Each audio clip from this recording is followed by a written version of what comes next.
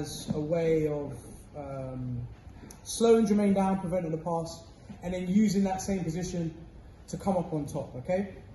And the reason I say it's conceptually is because it can be used not only from the position I'm going to show you now, but it can also be used in other positions, all right? So the position we're going to focus on today is almost setting up a lapel guard from when Jermaine is trying to use the knee slice.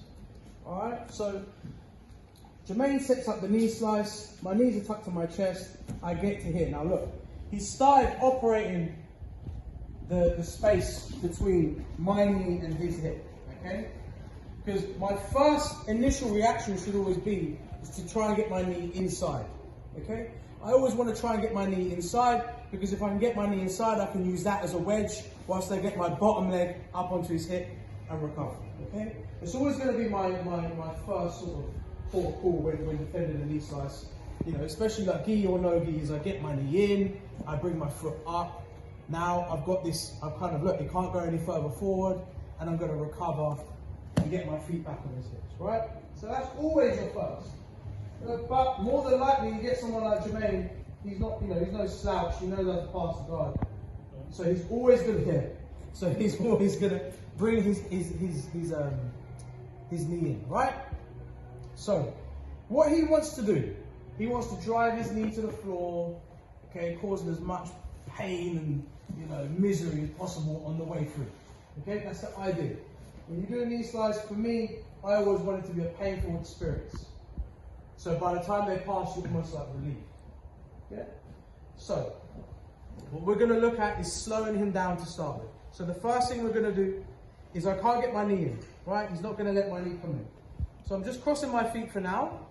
As he drives his feet, I'm going to hide my elbow underneath my rib and almost like baseball glove his knee. Yeah, you know, like a baseball glove. I'm going to baseball glove his knee. His knees. Now it's a lot harder for him to get his knee to the floor. Right? I've slowed down. I haven't stopped him. I've slowed him down. Now what I'm going to do is I'm going to get this lapel.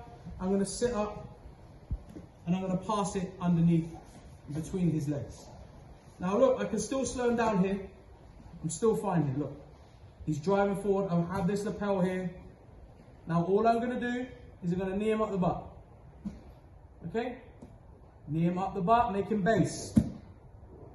Now, when he bases, I switch my knees. I come up. If this knee is near me, I can either knee tap here, or I can grab here and pull and drive him forward on my toes. Boom. Step, and then I'm going to go into this like, what do you call it? Like leg drag position. Pin and drive here. Now it's important, especially if you're rolling with fucking Kieran Boyce, right? That you keep these toes on the other end of his thigh. Reason being is Kieran is very good at, I get into here and he starts inverting and he starts attacking your leg. Exactly. He starts attacking your leg. Okay? Something like that. Yeah, something along those lines. Okay? So it's important to start with when I drive my leg over, I'm here, but I have my toes on the other side of his thigh, blocking his thigh and blocking his top leg. And I have hip pressure here. Okay?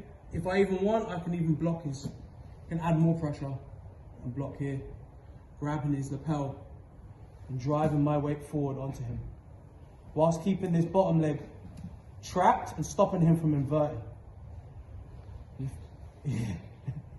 And if I want, and then when I'm ready, I can pass to the back, or I can switch to a worse kind of leg drag position. And now he's properly fucked, because I can really add the pressure.